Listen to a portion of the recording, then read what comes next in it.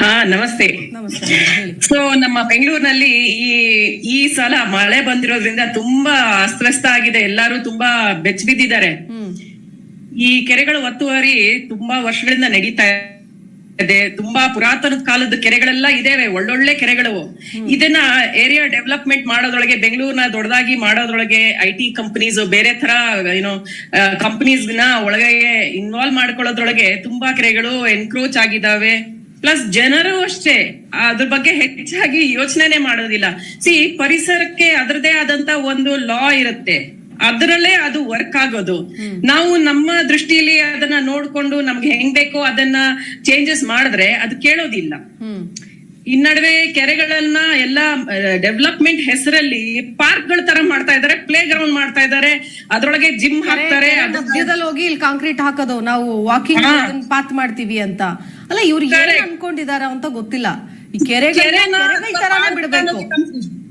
ಅಲ್ಲೂ ಹೋಗಿ ಕಾಂಕ್ರೀಟ್ ಹಾಕ್ತೀನಿ ನಾನು, ಅಲ್ಲೂ ಹೋಗಿ ಜಿಮ್ ಮಾಡ್ತೀನಿ, ಅಲ್ಲೂ ಹೋಗಿ ವಾಕಿಂಗ್ ಪಾತ್ ಮಾಡ್ತೀನಿ, ಅಲ್ಲೇನೋ ಅಭಿವೃದ್ಧಿ ಮಾಡ್ತೀನಿ. ಅಭಿವೃದ್ಧಿ ಮಾಡೋದ್ ಬೇಡ, ನೀವು ಇರೋದನ್ನ ಇರೋ ತರ ಇದ್ರೆ ಬಿಟ್ರೆ ಸಾಕು ಅನ್ನೋ ತರ ಆಗ್ಬಿಟ್ಟಿದೆ. ಎಸ್ ಮಾಧುರಿ ಅವ್ರ ಲೈನ್ ಅಲ್ಲಿ. ಕೆರೆಗಳ ಅಚ್ಚುಕಟ್ಟು ಪ್ರದೇಶಗಳಲ್ಲಿ ಬೆಳೆ ಬೆಳೀತಾ ಇದ್ರು, ತರಕಾರಿ ಬೆಳೀತಾ ಇದ್ರು, ಹಣ್ಣುಗಳನ್ನ ಬೆಳೀತಾ ಇದ್ರು, ಸೊಪ್ಪು ಬೆಳೀತಾ ಇದ್ರು. ಈಗ ಲೇಕ್ ವ್ಯೂ ಅಪಾರ್ಟ್ಮೆಂಟ್ ಗಳು ಬೇಕು ಅಂದ್ರೆ ಸಿಗುತ್ತೆ ಕೆರೆಗಳ ಸುತ್ತಮುತ್ತ. ಇಲ್ಲಿ ಎರಡು ವಿಷಯನ ನಾವು ಜ್ಞಾಪಕ ಇಟ್ಕೋಬೇಕು. ಗವರ್ಮೆಂಟ್ ಇಂದ ಅಥಾರಿಟೀಸ್ ಇದಾವೆ. KTCDA ಅಂತ ತಾವು ಕೇಳಿರ್ಬೋದು already, Karnataka tank conservation and development authority. ಎಲ್ಲಾರ್ಗಿಂತ ಹೈಯೆಸ್ಟ್ ಅಥಾರಿಟಿ ಅಂದ್ರೆ ಬಹಳಷ್ಟು ಬೇರೆ ರೆಗ್ಯುಲೇಟರಿ ಬಾಡೀಸ್ ಎಲ್ಲಾನುವೇನೆ ಇವ್ರಿಗೆ ರಿಪೋರ್ಟ್ ಮಾಡ್ಬೇಕು. ಇವಾಗ ಫಾರ್ ಎಕ್ಸಾಂಪಲ್ BBMP ಇವ್ರಿಗೆ ಫುಲ್ ಡೀಟೇಲ್ಸ್ ಕೊಡ್ಬೇಕು. ಎಷ್ಟು ಕೆರೆಗಳಿದೆ, ಎಷ್ಟು ಒತ್ತುವರಿ ಆಗಿದೆ, ಎಷ್ಟು ಕೆರೆಗಳು ಯಾವ ತರ STPಗಳಿದಾವೆ, ಇದ್ರ ವಿಷಯ ಎಲ್ಲಾನುವೇನೆ ಇವ್ರಿಗೆ ಅಥಾರಿಟಿ ಇದೆ ಕೇಳ್ಕೊಳ್ಳೋದಿಕ್ಕೆ. ಕೆರೆಗಳು ಒಂದು 4-5 ಬಾಡೀಸ್ ಹತ್ರ ಇದೆ ಸದ್ಯಕ್ಕೆ. BBMP ಹತ್ರ ಒಂದಷ್ಟು ಕೆರೆಗಳಿದ್ರೆ, ಇನ್ನೊಂದು ಫಾರೆಸ್ಟ್ ಹತ್ರ ಇದೆ ಒಂದಷ್ಟು ಕೆರೆಗಳು, ಒಂದೇ ಒಂದ್ ಕೆರೆ BMRC ಅಲ್ಲಿ ಇದೆ, ಅವ್ರ ಹತ್ರ ಇದೆ. ಈ ತರ LDA ಹತ್ರನೂ ಒಂದಷ್ಟು ಇದಾವೆ. ಬಟ್ ಈ ಎಲ್ಲಾ ಬಾಡೀಸ್ ಗಳಿಂದ ಅವ್ರ ಇನ್ಫಾರ್ಮೇಶನ್ ತಗೊಂಡು ಅದನ್ನ ಅಭಿವೃದ್ಧಿ ಮಾಡೋದೇ ಅವ್ರ ಕೆಲಸ. ಅದು ಒಂದು ವಿಷಯ.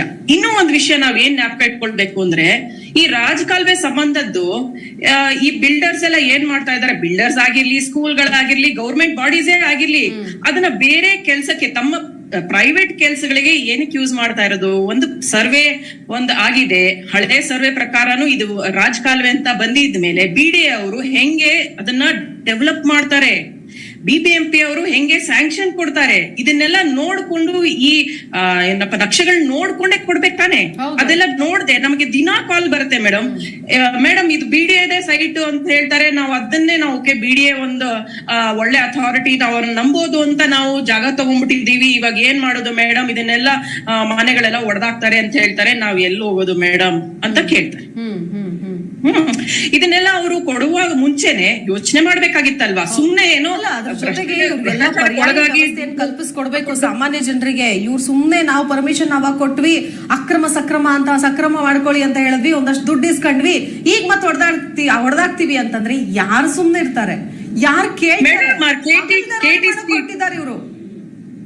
ಮೇಡಮ್, KTCDAಗೆ ಫುಲ್ ಅಥಾರಿಟಿ ಇದೆ. ಅದ್ರದ್ದು ಹೈಯೆಸ್ಟ್ ಲೆವೆಲ್ ಅಥಾರಿಟಿ ಅಂದ್ರೆ ನಮ್ಮ CM ಕೈನಲ್ಲೇ ಇರೋದು. ಆ ಅಥಾರಿಟಿ ಇವತ್ತು ಹಲ್ಲಿಲ್ದಿರೋ ಹಾವ್ ತರ ಆಗಿದೆ, ಆಯ್ತಾ? ಫುಲ್ ಕರಪ್ಷನ್ ಒಳಗಾಗಿದ್ದಾರೆ. ಮೇಡಮ್, ನಗರಾಭಿವೃದ್ಧಿನೂ ಬೇರೆಯವ್ರಿಗೆ ಕೊಟ್ಟರೆ ಸಮಸ್ಯೆ ಕಿತ್ತಾಡ್ತಾರೆ ಅಂತ ಅವ್ರನ್ನೇ ಇಟ್ಕೊಂಡ್ರು. ನೋಡಿ ಈಗ ಎಷ್ಟ್ರ ಮಟ್ಟಿಗೆ ಅಭಿವೃದ್ಧಿ ಮಾಡ್ತಾ ಇದ್ದಾರೆ ಅಂತ. ಎಸ್ ರಾಘವೇಂದ್ರ ಅವ್ರ, ಈಗ ಮೇಡಮ್ ಇದು ಎರಡ್ ತರ ನೋಡ್ಬೇಕಾಗತ್ತೆ. ಒಂದು ಸಾಮಾನ್ಯ ಮನುಷ್ಯರಾದ್ರೆ ಅವ್ರಿಗೆ ಇಷ್ಟೆಲ್ಲ ಡೀಟೇಲ್ಸ್ ಅವ್ರು ಬಾದರೇ ಮಾಡಲ್ಲ ಮೇಡಮ್. ಇಷ್ಟೊಂದು ಲೀಗಾಲಿಟೀಸ್ ಎಲ್ಲ ನೋಡ್ಬೇಕು ಅಂತಾನು ಅನ್ಕೊಳ್ಳಲ್ಲ. ನಾನು ಫ್ರೆಂಡ್ಸ್ ಆಫ್ ಲೇಕ್ಸ್ ಇಂದ ನಾನು ಕೋ-ಫೌಂಡರು. ಇಲ್ಲಿ ಸುಮಾರು ಜನ, ಅಂದ್ರೆ ನೀವು ನಂಬೋದೇ ಇಲ್ಲ, ಸುಮಾರು 100 ಜನ, ವರ್ಷಕ್ಕೆ 100 ಜನ ಫೋನ್ ಮಾಡ್ತಾರೆ ನನ್ಗೆ, ಮೇಡಮ್ ನಾವ್ ಇಲ್ಲಿ ಜಾಗ ತಗೊಂಡ್ಬಿಟ್ಟಿದ್ವಿ, ಇವಾಗ ಹೇಳ್ತಾರೆ ಈ ತರ, ಇದು ಲಾಯರ್ ಹೇಳ್ತಾರೆ ದಟ್ ಏನಿಲ್ಲ ತಗೊಳ್ಳಿ ಪರವಾಗಿಲ್ಲ, ಡಾಕ್ಯುಮೆಂಟ್ಸ್ ಎಲ್ಲ ವೆರಿಫೈ ಮಾಡಿದ್ದಾರೆ, ತಗೊಂಡ್ಬಿಟ್ರೆ ತೊಂದ್ರೆ ಇಲ್ವಾ ಅಂತ ಕೇಳ್ತಾರೆ. ಇವಾಗ ನಾವು ಅಂತವ್ರಿಗೆ ನಾವೇನ್ ಹೇಳ್ಬೋದು, ಸರ್ ಕೆರೆಯಿಂದ ಅಂದ್ರೆ ಫೆನ್ಸ್ ಇಂದ ಇದು 30-35 ಮೀಟರ್ ಮುಂದೆ ಇದೆಯಾ ಅದನ್ನ ಚೆಕ್ ಮಾಡ್ಕೊಳ್ಳಿ ಫಸ್ಟ್. ಲಾಯರ್ಸ್ ಅವರು ಅದನ್ನೆಲ್ಲ ಅವ್ರಿಗೆ ಏನೋ ಅವ್ರ ಫೀಸ್ ಸಿಕ್ಬಿಟ್ರೆ ಸಾಕು, ಅವ್ರು ಈ ತರದೆಲ್ಲ ಡೀಟೇಲ್ಸ್ ಗೆಲ್ಲ ಹೋಗೋದೇ ಇಲ್ಲ. ನೀವು ಇದನ್ನ ನಂಬೋದಿಲ್ಲ ನಾನು ಹೇಳಿದ್ರೆ ನಿಮ್ಗೆ, ಬಟ್ ಇದೇ ಫ್ಯಾಕ್ಟು. ತುಂಬಾ ಜನ ಈ ತರ ಆಲ್ರೆಡಿ ತಗೋಬಿಟ್ಟು ಒದ್ದಾಡ್ತಾ ಇದಾರೆ, ಸೈಟ್ ಇಟ್ಕೊಂಡಿದ್ದಾರೆ. ಅದನ್ನ ಫೋರ್ಗೋ ಮಾಡ್ಬೇಕಾಗತ್ತೆ, ಯಾಕೆಂದ್ರೆ ಕ್ಲಿಯರ್ ಆಗಿ NGT ಇಂದ ಆಕ್ಚುಲಿ 75 ಮೀಟರ್ಸ್ ಅಂತ ಇರೋದು. ಬಟ್ ಇವಾಗ ಅದನ್ನ ವಾಶ್ ಮಾಡಿ ಬೇರೆ ನಮ್ಮ ಕರ್ನಾಟಕದಲ್ಲಿ ಬೇರೆ ಫಾಲೋ ಮಾಡ್ತಾ ಇದೀವಿ. ಆದ್ರೂನುವೇನೆ ಸಾಮಾನ್ಯ ಜನರಿಗೆ ಇದು ಮಾತ್ರ ತಿಳ್ಕೊಳ್ಬೇಕು, ಕೆರೆ ಪಕ್ಕ ನಿಮ್ಮ ಸೈಟ್ ಮನೆ ಏನಾರು ನೀವು ಕಟ್ತಾ ಇದ್ರೆ ತಾವು ದಯವಿಟ್ಟು ಇದನ್ನ ಒಂದು ಗಮನಕ್ಕೆ ಇಟ್ಕೊಳ್ಳೇಬೇಕು. ಒಂದು ವಿಷಯ. ಇನ್ನೂ ಒಂದು ವಿಷಯ, ಬಿಲ್ಡರ್ಸ್ಗೆಲ್ಲ ಏನ್ ಮೇಡಮ್, ಅವ್ರಿಗೆ ಏನಿದ್ರು ರೈತರ ಹತ್ರ ತಗೊಳ್ತಾರೆ, ಲಾಟ್ ಅಲ್ಲಿ ಲ್ಯಾಂಡ್ ಬ್ಯಾಂಕ್ಸ್ ಇಂದ ತಗೊಳ್ತಾರೆ. ಅವ್ರಿಗೆ ಇದನ್ನೆಲ್ಲ ಚೇಂಜ್ ಮಾಡಿಸಿ ಗೌರ್ಮೆಂಟ್ ಅವ್ರಿಗೆ BBMP ನವ್ರಿಗೆ ಸ್ವಲ್ಪ ಹಣ ಕೊಟ್ಟು ಚೇಂಜ್ ಮಾಡಿಸ್ಕೊಳ್ಳೋದು ಕಷ್ಟ ಏನಿಲ್ಲ. ಇಷ್ಟೊಂದು ಇವತ್ತು BBMP ಸಡನ್ ಆಗಿ ಒತ್ತುವರೆ ಅದನ್ನೆಲ್ಲ ಕ್ಲಿಯರ್ ಮಾಡ್ಬೇಕು ಅಂತ ಓಡ್ತಾ ಇರೋರು ಇದನ್ನೆಲ್ಲ ಪರ್ಮಿಷನ್ ಕೊಡುವಾಗ ಏನ್ ಮಾಡ್ತಾ ಇದ್ರು? Correct correct. Yes madam, Madhuri ಅವರು ಯಾವುದೇ ಕಾರಣಕ್ಕೂ ಇದನ್ನ ಮುಟ್ಟೋ ಹಾಗಿಲ್ಲ ಅಂತ ಅವಾಗ ಒಂದು ಸರ್ಕಾರಕ್ಕೂ ಒಂದು ಭಯ ಇರತ್ತೆ, ಅಯ್ಯೋ ಅಲ್ಲಿ ಜನ ಸುಮ್ಮನಿರಲ್ಲ, ಆ ಏರಿಯಾ ಜನಕ್ಕೆ ಬೇಡವೇ ಬೇಡ ಸಹವಾಸ ಅಂತ. ಏನ್ ಹೇಳ್ತೀರಿ ಮಾಧುರಿ? ಸೊ ರಾಘವೇಂದ್ರ ಅವ್ರು ಒಂದು ಒಳ್ಳೆ ಪಾಯಿಂಟ್ ಹಾಕಿದ್ರು, ಕೆರೆ ಹಬ್ಬ ಅಂತ.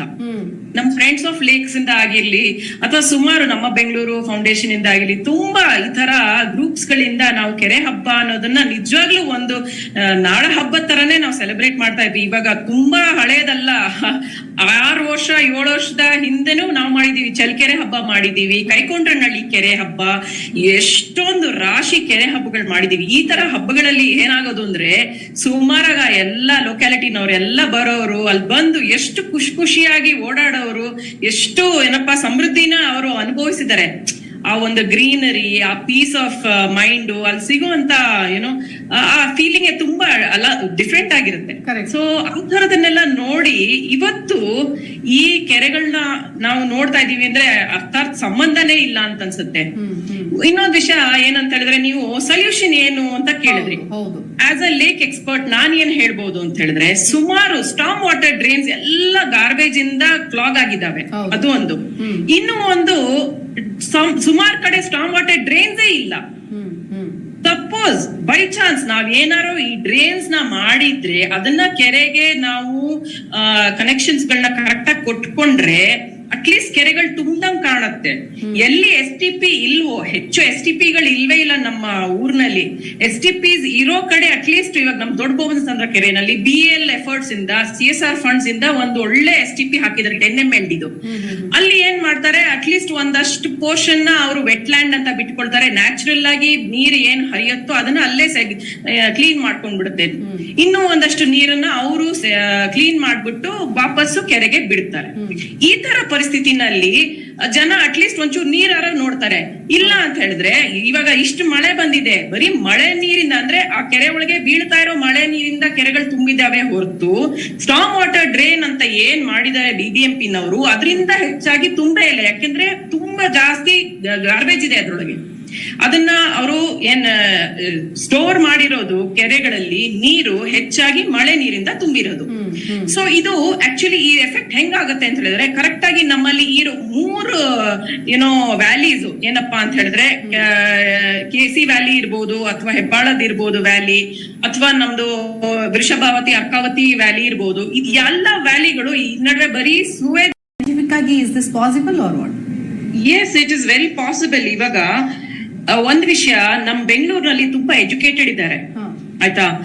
ನಾವು ಏನ್ ಮಾಡಬಹುದು ಅಂತ ಹೇಳಿದ್ರೆ, ಇದು ಒಂದು ಒಳ್ಳೆ ಸೊಲ್ಯೂಷನ್. ಇದನ್ನ ಗೌರ್ಮೆಂಟ್ ಅವರು ಎಷ್ಟು ಮಟ್ಟಕ್ಕೆ ಯೂಸ್ ಮಾಡ್ಕೊಳ್ಬೇಕು ಅನ್ನೋದು ಅವ್ರ ಕೈನಲ್ಲಿದೆ. ಇವಾಗ ಇಷ್ಟೊಂದೆಲ್ಲ ಅವ್ರ ಮೇಲೆ ಆರೋಪ ಬಂದ ಮೇಲಾರೋ ಅವರು ಜನರನ್ನ ಆದಷ್ಟು ಇನ್ವಾಲ್ವ್ ಮಾಡ್ಕೊಳ್ಬೇಕು, ಟ್ರಾನ್ಸ್ಪರೆನ್ಸಿ ಇಡ್ಲೇಬೇಕು. ಜನರ ಜೀವನ ಅಸ್ತವ್ಯಸ್ತ ಆದ್ಮೇಲೆ, ಈ ತರ ಮಳೆ ಬಂದ್ಮೇಲೆ ಪರ್ಟಿಕ್ಯುಲರ್ಲಿ ಇವಾಗ ಒಂದು ಪ್ರೊವಿಷನ್ ಇದೆ, BBMP ನಲ್ಲೂ ಇದೆ ಈ ಪ್ರೊವಿಷನ್, KTCDA ನಲ್ಲೂ ಇದೆ, ಬಹಳಷ್ಟು ಆರ್ಗನೈಸೇಷನ್ಸ್ ನಲ್ಲಿ ಒಂದು ಪ್ರೊವಿಷನ್ ಇದೆ. ಏನಪ್ಪಾ ಅಂತ ಹೇಳಿದ್ರೆ, ಒಂದು ಲೇಕ್ ಗ್ರೂಪ್ ನ ಫಾರ್ಮ್ ಮಾಡಿ ಆ ಗ್ರೂಪ್ ಗೆ ಸ್ವಲ್ಪ ಅಥಾರಿಟಿ ಅಂದ್ರೆ ಅಲ್ಲಿರೋ ಸ್ಥಳೀಯರಿಗೆ ಒಂದು ಸ್ಟ್ರೆಂತ್ ನ ಕೊಟ್ಟಿ, ನೀವು ವಾಚ್ ಡಾಗ್ಸ್ ಆಗಿ ಇರ್ಬೇಕು. ಅಂದ್ರೆ ನಿಮ್ಮ ಕೆರೆನಲ್ಲಿ ಏನೇನ್ ಆಗ್ತಾ ಇದೆ ಅದ್ರ ಬಗ್ಗೆ ನೀವು ರೆಗ್ಯುಲರ್ ಆಗಿ ನೋಡ್ಬೇಕು, ಅದನ್ನ ನೀವು ರಿಪೋರ್ಟ್ ಮಾಡ್ಬೇಕು ಅಂತ ಹೇಳಿ ಒಂದಷ್ಟು ಪವರ್ ಕೊಟ್ರೆ ಖಂಡಿತ ಕೆರೆಗಳು ಮೊದ್ಲೇ ಹೆಂಗಿದ್ವು ಆ ಕೆರೆ ಗ್ರೂಪ್ ಗಳಿಗೂ ಕೂಡ ತುಂಬಾ ಶಕ್ತಿ ಕೊಟ್ಟಂಗ ಆಗುತ್ತೆ. ಅದೊಂದು ವಿಷಯ. ಇಮಿಡಿಯೇಟ್ ಆಗಿ BBMP ನವ್ರು ಏನ್ ಮಾಡ್ಬೇಕು, ನಮ್ಮ ಹತ್ರ ಸರ್ವೇಯರ್ಸ್ ಇಲ್ಲ, ರೆವಿನ್ಯೂ ಡಿಪಾರ್ಟ್ಮೆಂಟ್ ಅವರು ನಮ್ಮ ಹತ್ರ ಸರ್ವೇಯರ್ಸ್ ಇಲ್ಲ ಅಂತ ಕತೆ ಹೇಳೋದ್ರೊಳಗೆ ಇದು ನಡೆಯೋದೇ ಇಲ್ಲ. ತಕ್ಕಂತ ಇಮಿಡಿಯೇಟ್ ಆಗಿ ಸರ್ವೇಸ್ ನ ಆರ್ಡರ್ ಮಾಡಿ ಕರ್ಸ್ಕೊಂಡ್ಬಂದು ಯಾವ್ಯಾವ ಕೆರೆ ಎಷ್ಟೆಷ್ಟು ಒತ್ತುವರಿ ಆಗಿದೆ ಅದನ್ನ ಹೆಂಗೆ ಕ್ಲಿಯರ್ ಮಾಡ್ಬೇಕು ಅನ್ನೋದು, ವೆದರ್ ಅವರು ದೊಡ್ಡ ಮನುಷ್ಯರಾಗಿರ್ಬೋದು ಅಥವಾ ಸ್ಲಮ್ಸ್ ಗಳಿರ್ಬೋದು, ಯಾರೇ ಆದ್ರೂನುವೇನೆ ಅದಕ್ಕೆ ಆಲ್ಟರ್ನೇಟಿವ್ ಆಗಿ ಬೇರೆ ಹುಡುಕ್ಲೇಬೇಕು ಸೊಲ್ಯೂಷನ್ಸ್ ನ, ಅಂಡ್ ಅವ್ರನ್ನ ಬೇರೆ ಕಡೆ ಡಿಸ್ಪ್ಲೇಸ್ ಮಾಡ್ಲೇಬೇಕು. ಈ ತರ ಒಂದು ಪ್ರೊವಿಷನ್ ಕಂಡುಕೊಡ್ಲೇಬೇಕು. ಮಿಸ್ಮ್ಯಾನೇಜ್ಮೆಂಟ್ ಆಫ್ ಲ್ಯಾಂಡ್ಸ್ಕೇಪ್ ಅಷ್ಟೇ. ನಮ್ಮಲ್ಲಿ ಇಷ್ಟೊಂದು ಸೈಂಟಿಸ್ಟ್ ಇದ್ದಾರೆ, IISc ನಮ್ ಬೆಂಗಳೂರಿನಲ್ಲಿ ಇದೆ, ಅವ್ರು ಎಷ್ಟು ಒಳ್ಳೆ ಸೊಲ್ಯೂಷನ್ಸ್ ಕೊಡ್ತಾರೆ. ಏನಕ್ಕೆ ಗೌರ್ಮೆಂಟ್ ಇವ್ರನ್ನೆಲ್ಲ ಇಗ್ನೋರ್ ಮಾಡ್ತಾರೆ? ಅವ್ರು ಕೊಡೋ ಒಂದ್ ಸೊಲ್ಯೂಷನ್ ಏನು